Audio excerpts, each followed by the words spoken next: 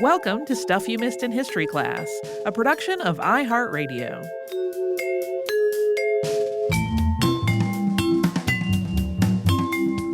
Hello and welcome to the podcast. I'm Holly Fry. And I'm Tracy V. Wilson. I bought myself a big old hydroponic garden system for Christmas. And You've now been so excited about it. I'm obsessed with it. I can't even describe all of the levels of obsessed I am with it. And we could talk about my various adventures in gardening on Friday, but I am obsessed with this. Which, of course, anytime I become obsessed with something, I want to watch a million videos and look at a bunch of articles. And it got me thinking about, like, how did we get to a point where a company will be like, oh, yes, we'll sell you a thing. You don't really have to do much, but suddenly you'll have lettuce in your house that is grown right there. And that got me down the rabbit hole of hydroponics history. And also, frankly, the garden is one of the things that is keeping me from losing my mind in our complicated days. Yeah.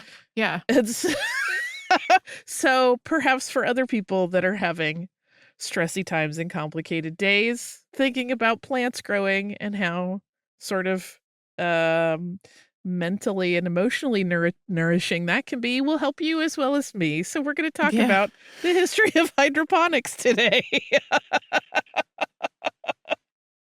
Using water rather than soil to grow plants is not in the least bit new, although the earliest uses of this technique are not well documented. Some examples, like the Hanging Gardens of Babylon, have to be discussed as possible examples. We don't even know for sure if the gardens, which are considered one of the 7 wonders of the ancient world, were real. Accounts written about them were penned centuries after they were said to have existed, and there is no conclusive archaeological evidence to point to.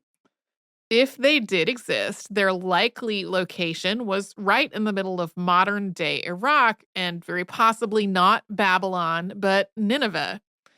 If the gardens did exist, it's possible that their terraces full of greenery would have been supported by an irrigation system with water brought in, likely from the Euphrates River.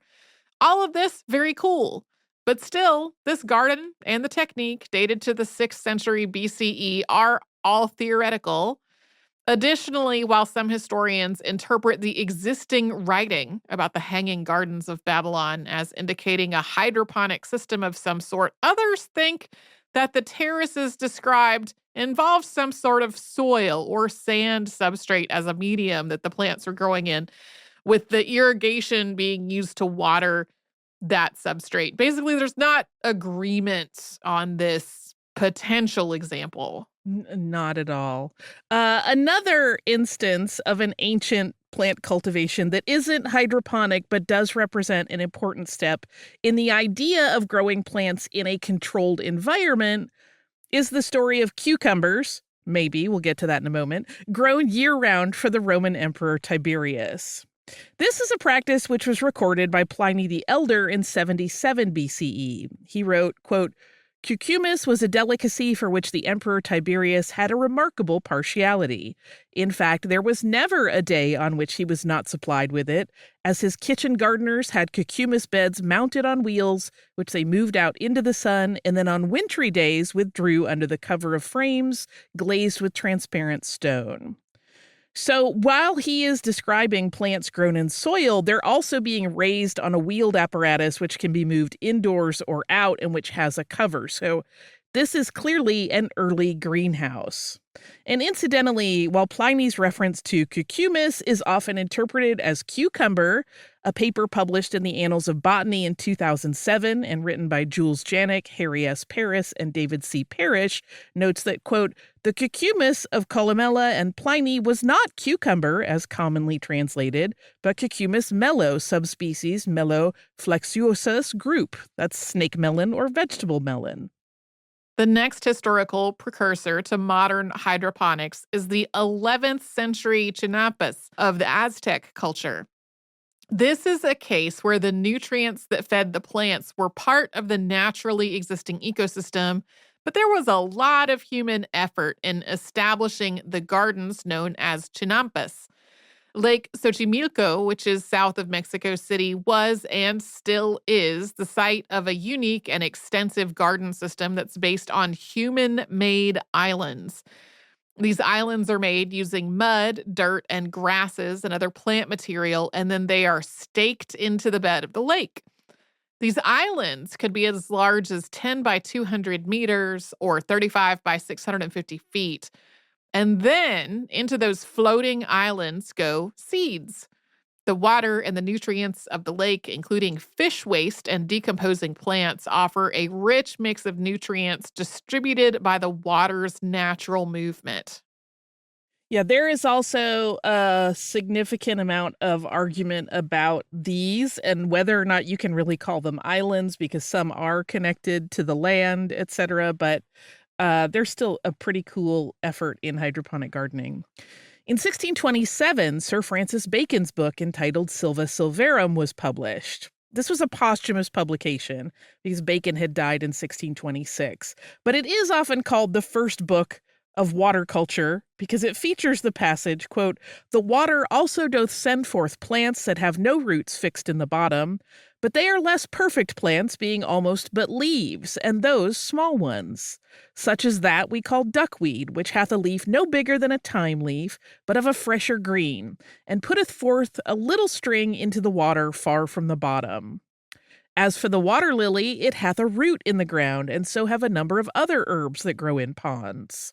So he recognized that some plants seem to not need soil and could actually float on top of water. But this is an interesting read if you ever go digging through it, because he also thought that plants would change species if you neglected them. So he had some things a little bit confused about the natural world. Flemish chemist Jean-Baptiste van Helmont wanted to understand how plants gained mass, and he started an experiment in 1648 to figure it out. The experiment began with a 5-pound willow tree, 200 pounds of dirt, and 5 years of time. Van Helmont only watered the tree in those 5 years with rainwater and distilled water. And at the end of the experiment, he weighed the tree, which had grown to a whopping 169 pounds. But when he weighed the dirt, he realized it had barely lost any mass. So his natural conclusion was that water was what gave plants mass. In 1699, physician and naturalist John Woodward used water from natural bodies of water, rivers and springs, to grow a variety of plants, including spearmint and potatoes, among others. His experiments with soilless plant growth identified the need for not just water for the plants to grow, but for specific nutrients. He came to this conclusion after he had grown the same types of plants side by side, essentially replicating their environments, but giving one set distilled water and one set what he called non-pure water. That was the water from the natural sources with no distillation or treatment. And this is really the beginning of the idea of testing water and soil and figuring out what was lacking for successful plant cultivation. 2 German botanists working in the mid-19th century conducted experiments that led to the idea of preparing mixtures of nutrients to be dissolved in water and added to the soil to optimize growth success. They essentially pioneered the idea of plant food in 1859. They also really established the idea that if you want to study plants, keeping them in water culture instead of soil is the way to go, because that offered easier observation of the roots and greater control of the nutrients the plant receives. I also, in preparing this outline, left their names out for Tracy, but it's Julius von Sachs and Wilhelm Knopp. So those are the people that were doing that work. Coming up, we're going to jump forward in time a little bit to the 1930s and the man who is often called the father of modern hydroponics. But first, we're going to pause and have a little sponsor break.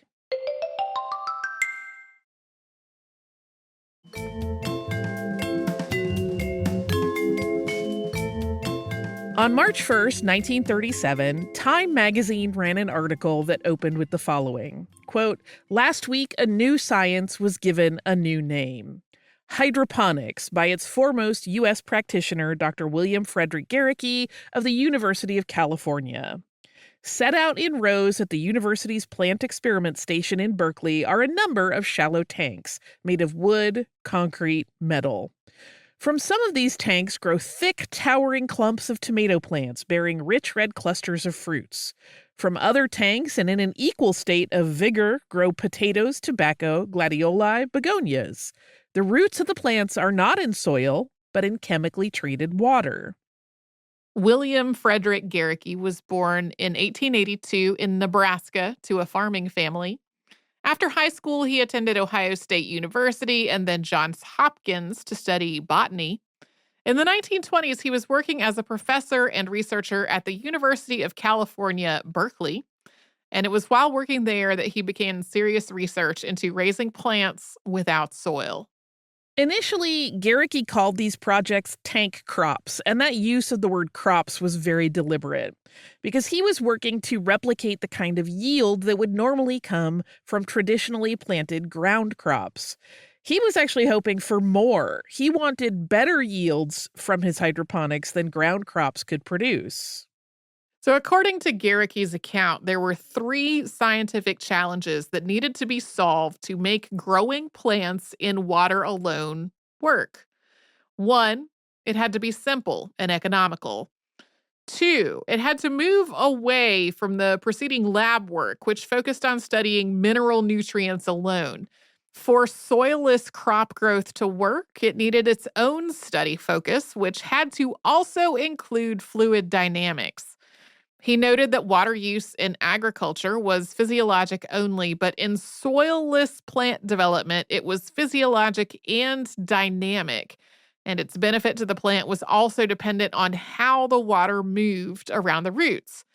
And then 3, those water dynamics had to be formulated, meaning there had to be rigorous examination of the way a water-only approach to cultivation impacts the root systems and documentation of the different root development structures. As he developed his system, Garricky also sought to give it a name.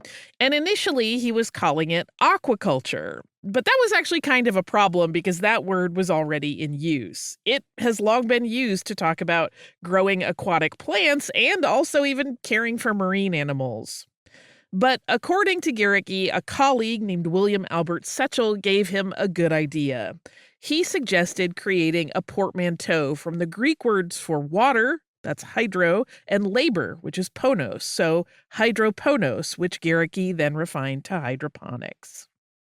Garricky would later write about the delicate nature of using just the right word for this science, noting, quote, correct terminology is requisite to scientific progress. The incorrect terms, which were used in attempts to describe soilless crop production before its scientific basis could be clarified, have caused wide misconceptions of its principles and have markedly delayed the establishment of this method to wide use. He continued by mentioning other words that were used at various points and explaining why they were causing problems. Quote, terms such as chemical farming, chemiculture, nutrient solution culture, and kindred expressions not only were inappropriate, but did great harm to this development in its crucial formative period, as they created a wrong perspective concerning the scientific basis of soilless crop production. These terms projected the function of the nutrients into the foreground and thereby distorted their relative position of importance to other essential factors. He also noted that any of the terms that use the word agriculture, like soilless agriculture, were inherently incorrect because agriculture infers land, which this science is purposely excluding. The word comes from the Latin word for ager, which means field, and cultura, meaning cultivation. And Garricky was really successful in his efforts, and he shared his process with commercial growers in Northern California. Soon, a lot of farms were using his water growing methods, and in turn, Garricky was getting data from their crops. That Time magazine write-up reported that Garricky was so loved by the growers who used his methods that he routinely received 500 pieces of fan mail a week. During his research, Garricky worked with Pan American Airlines to establish water-based crops at their refueling station at Wake Island. Wake Island sits in the middle of the Pacific Ocean, and in the early days of commercial aviation, when planes had to stop midway through a flight across the ocean to refuel, that was where Pan Am stopped. It was also where they would take on supplies for the next leg of the flight. But because of its position, it was impossible to have a fresh produce supply sent to the island. And there wasn't any soil on the tiny island that could have anything grown in it. But Garricky took a half acre of land and set up a hydroponic farm at Wake Island. Yeah, Wake Island often gets referenced as like kind of the big proof of concept effort that happened in all of this. In 1945, William Garricky wrote an article titled The Meaning of Hydroponics, which appeared in Science magazine. And he described it in the opening this way. Soilless crop production consists of growing crops in water containing chemicals. Large, shallow basins for the water and wood shavings, sawdust, straw, or other waste vegetable litter for seed beds which support the plants in the water are essential equipment. Water causes the architecture of the root plants to become different from those growing in the soil. These differences in architecture are reflected in the functions of the roots. For this reason, some crops can be grown more economically without soil than with soil, and by the same token, others cannot. He goes on to explain that difference in root architecture. It's for the sort of obvious reason that if something is growing in water, it can't anchor anywhere the way that it would in soil. Garricky explains it really clearly while also basing it in science that people are familiar with. Quote, this change is according to a fundamental biologic law. An organ atrophies or changes in form and function in an environment in which some of its functions cannot operate. But though Garricky completely changed the entire field and really developed a lot of the principles that govern hydroponic gardening today, there are some questions about his relationship with Berkeley and the other scientists there. Even though he was employed at the university and some of these experiments were happening at the lab there, he claimed that all of his work in hydroponics had been done on his own time, and he refused to share any of his information or data with the school or his colleagues there. Garricky left Berkeley before he published his book, Complete Guide to Soilless Gardening. It was not as though UC Berkeley had not been interested in hydroponics. There seems to be disagreement about the work Garricky was doing and whether it was supposed to be for the school or for his own benefit. Either way, once he left Berkeley, the school assigned 2 other researchers to keep working on hydroponics and develop the work further. Those scientists, Dennis Hoagland and Daniel Arnon, published their own book on hydroponics in 1938, Water Culture Method of Growing Plants Without Soil.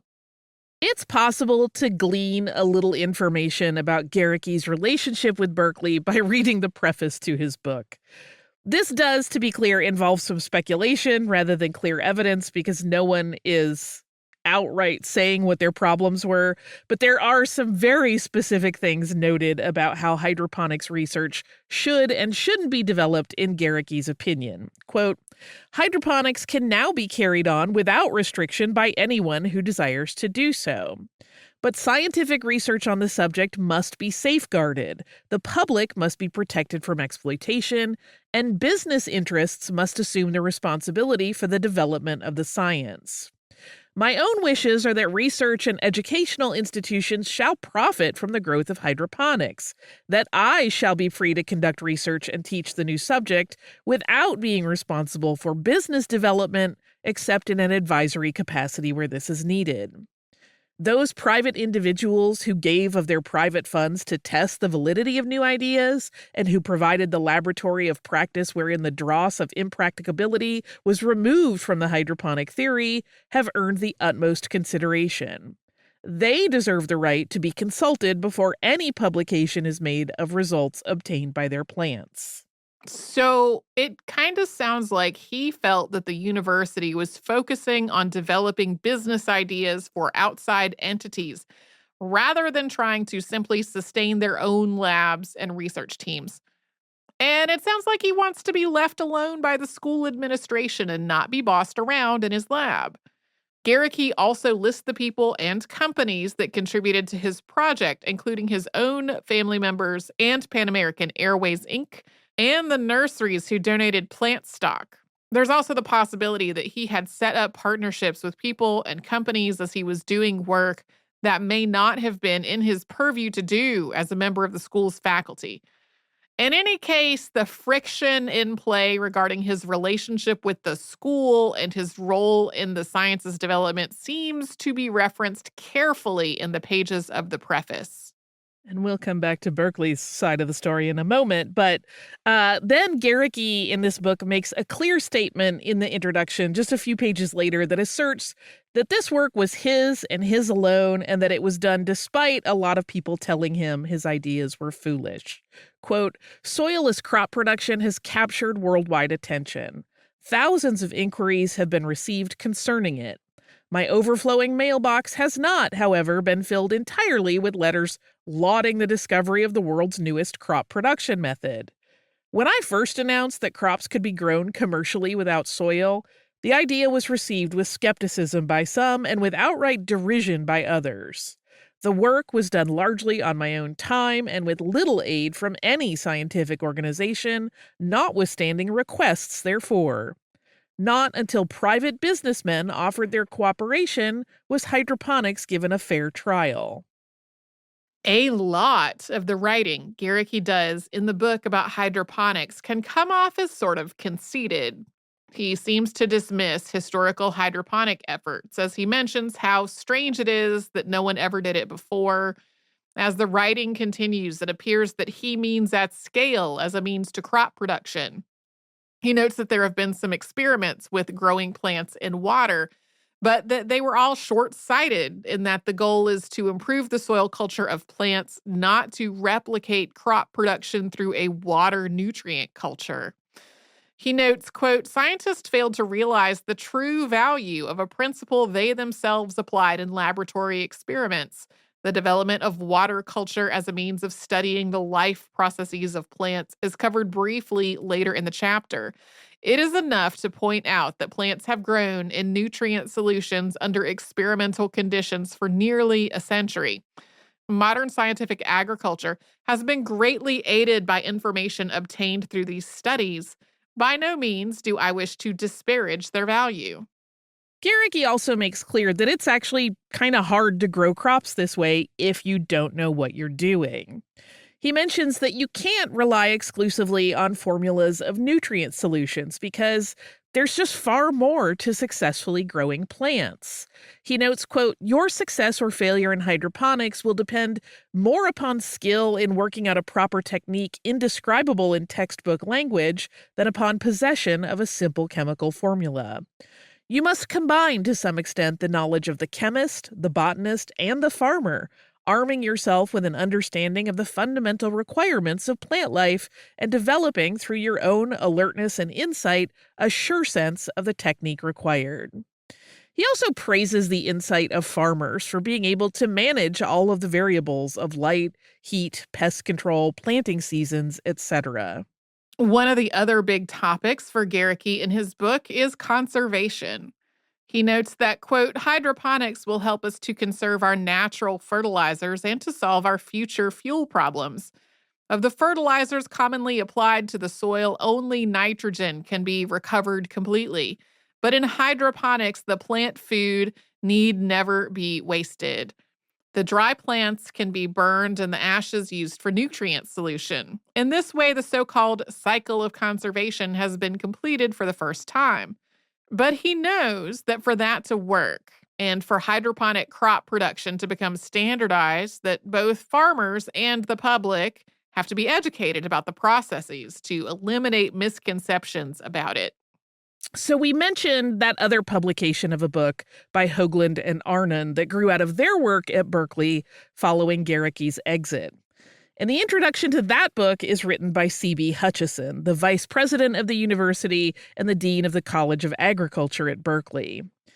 His writing offers a different take on the very public-facing work of Garricky, and he kind of hints that he thought it caused problems, writing, quote, "In the 1930s, this development was given widespread publicity in newspapers, Sunday supplements, and popular journals.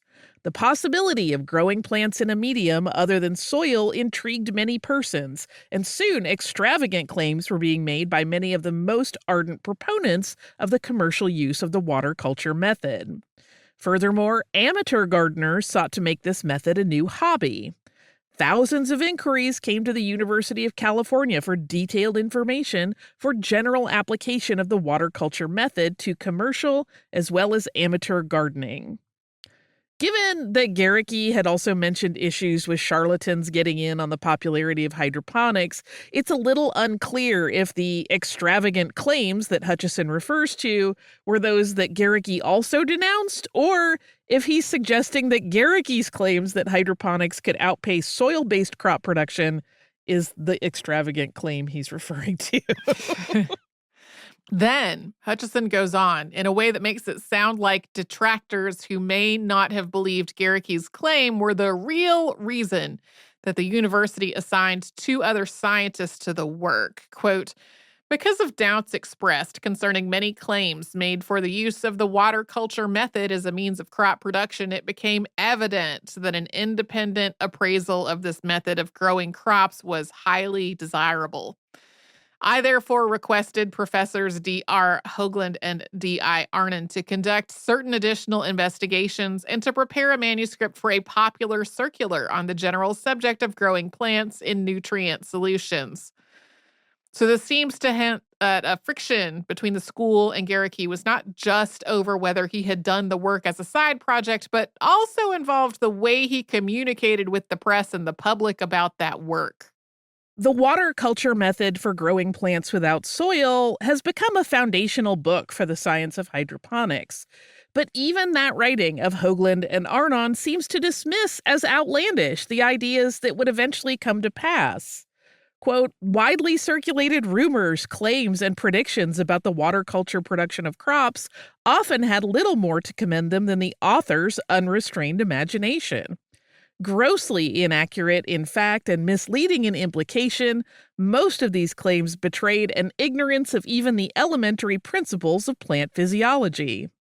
For example, there have been statements that in the future, most of the food needed by the occupants of a great apartment building may be grown on the roof, and that in large cities, skyscraper farms may supply huge quantities of fresh fruit and vegetables.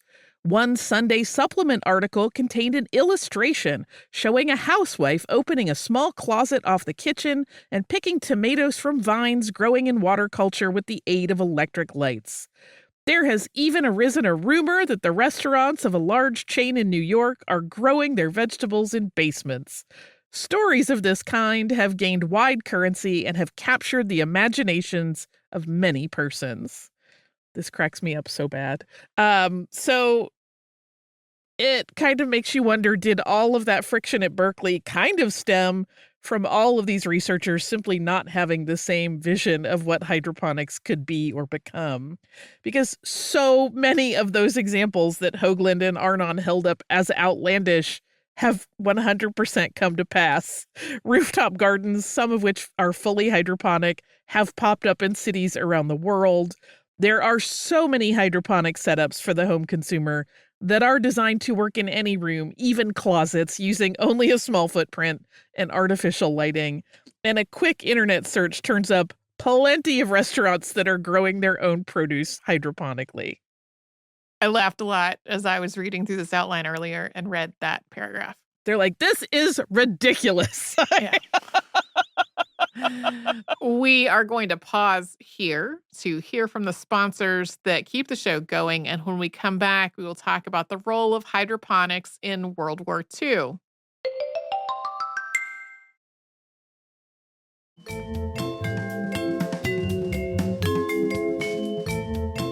Despite the bickering that seemed to be going on in a subtle way in the books of Garricky and his colleagues, it wasn't long before hydroponics presented a solution for the U.S. Army Air Force during World War II. Also, just as a reminder, the Air Force did not become its own separate branch of the military until 1947. So, some air bases that were in use in World War II were just too remote or isolated to have access to fresh produce. The nutritional content of rations was pretty good in terms of balance, but it wasn't a substitute for fresh food. Additionally, the rations became really monotonous and they weren't always super appetizing. So, in a lot of instances, soldiers skipped meals just because they didn't want to eat it anymore. Navy ships had the benefit of refrigeration units on board to carry produce, but that was not always the case at bases. According to the Air Force Medical Service, flight surgeons started to be concerned about nutritional deficiencies among the men. Conditions like depression, night blindness, digestive problems, fatigue, and other issues that could compromise performance were all traced back to diet. In an air surgeon's bulletin from 1945, it was reported that, quote, medical officers in New Guinea, as early as 1942, recognized the signs of dietary deficiency in military personnel under their supervision. Reports from other areas in which fresh foods were unobtainable indicated clinical evidence of vitamin deficiency in local diets, with resultant fatigability and listlessness and even more acute symptoms in the personnel. The Aeromedical Laboratory at Wright-Patterson Air Force Base, Ohio, offered up the idea of hydroponic gardens as a way to get those crews fresh food. And that idea was approved.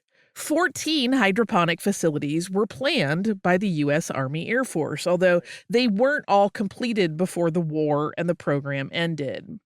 But in the places that those facilities got up and running, they were pretty prolific.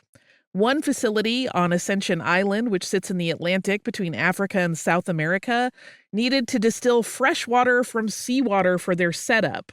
It also required the hand pollination of crops because there were no bees on the island. This was not the only facility to deal with that particular challenge, and there were other challenges that popped up depending on location. In a lot of places, they had to ship in bees. Some of the facilities in the Pacific had to really aggressively combat insect infestations. But this project ended up being really successful. The Ascension Hydroponic Garden produced nearly 5,000 pounds of produce in a single month, which included lettuce, cucumbers, peppers, and radishes, among other vegetables. Even after the war, some of these facilities were kept running for a while until the program was shut down permanently. But even after all of that, there was still some naysaying about hydroponics. In the 1947 Yearbook of Agriculture, published by the U.S. Department of Agriculture, Neil W. Stewart, a physiologist from the Bureau of Plant Industry, Soils, and Agricultural Engineering, writes, quote, the idea of growing plants in water or sand without soil has fired almost everyone's imagination at some time or other. Whether it is called hydroponics, soilless culture, water culture, nutriculture, or whatever, many an American has dreamed of using it to become rich or self-sufficient when he gets out of the army or retires from the office or gets his little place in the country.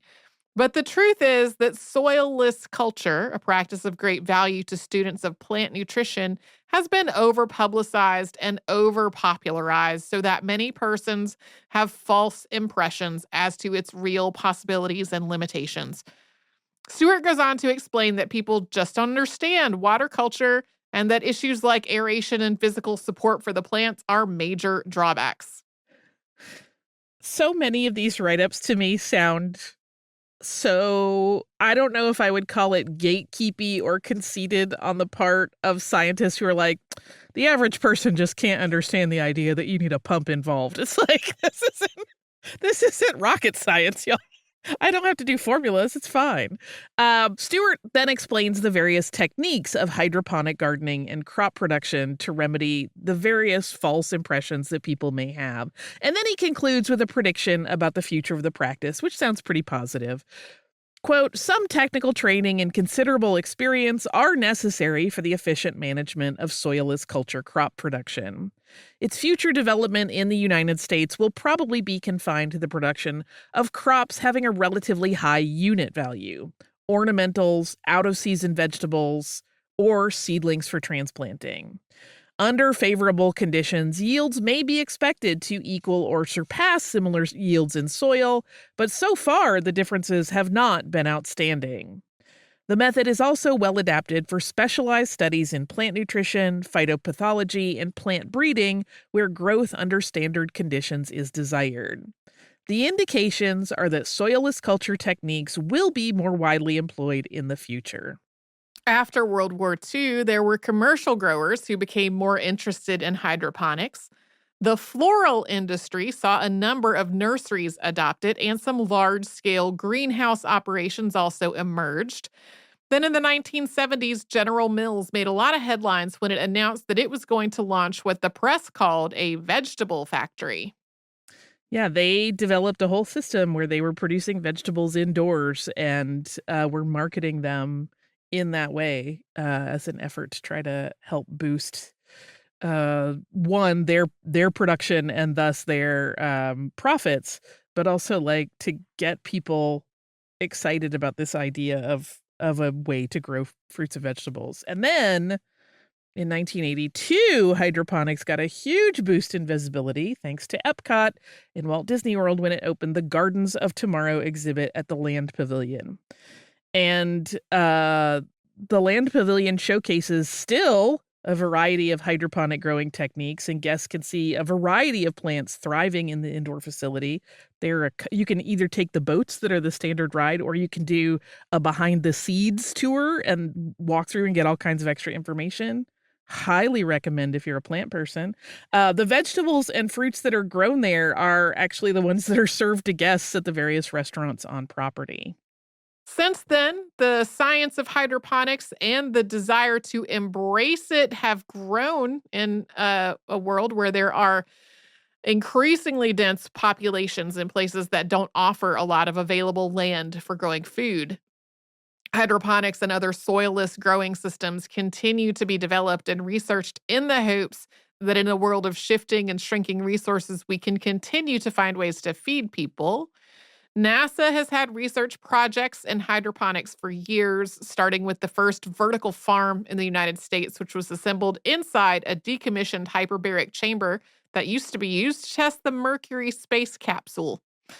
NASA continues to be a significant leader in the field, and a lot of commercial farms today have benefited directly from innovations in the field that were developed by NASA.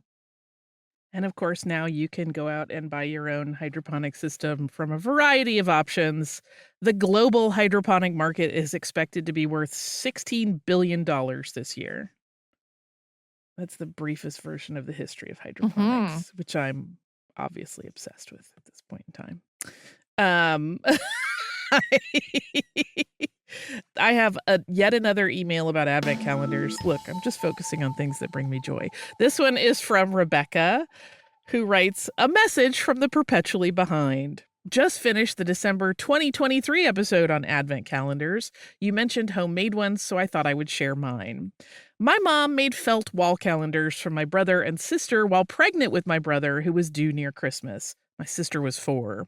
When I, the surprise baby, came 18 months later, she had her hands too full to get back to making me one for a number of years. So I actually helped her make mine when I was about 11. I love this. Rebecca goes on to say, we were never religious. My dad referred to himself as a recovering Catholic, and my mom was raised Southern Baptist, but became an atheist. But she adored all of the traditions and pageantry of Christmas celebrations. As far as I know, Advent calendars were not a tradition in either family. I suspect it is something that she saw in Woman's Day or BHG or one of her craft magazines. She made my siblings' calendars circa 1972. It's a basic Christmas countdown with a 5x5 grid, so it includes one for Christmas Day.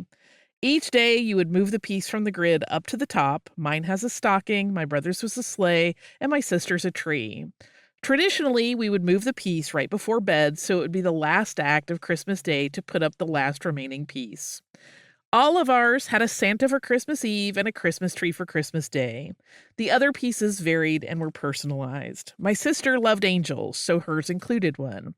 My brother's had a cake with candles for his birthday. Mine has a cat because of my love of them. Some of the pieces are the originals my mom made almost 40 years ago. Others are more recent replacements I made. My grown up embroidery skills were used for the snowflake and doll's braided hair. I still put it up every year. This year, I even took it with me and put it up in my hotel room when I traveled for the holiday. I hope you enjoy the pictures and maybe feel inspired to try making one of your own.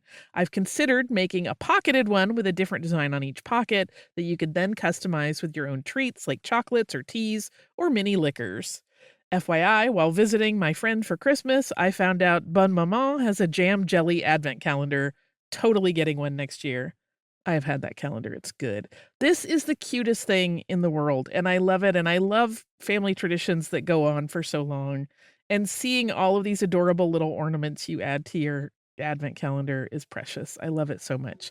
There's a little black felt kitty cat on this one that Rebecca sent pictures of that it's just a simple outline of a kitty, but I love it so much. It's precious.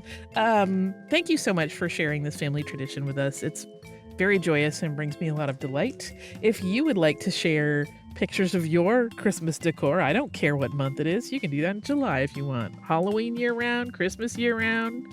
I don't mind any of it. You can do that at historypodcast@iHeartRadio.com. You can also subscribe to the podcast on the iHeartRadio app or wherever you listen to your favorite shows.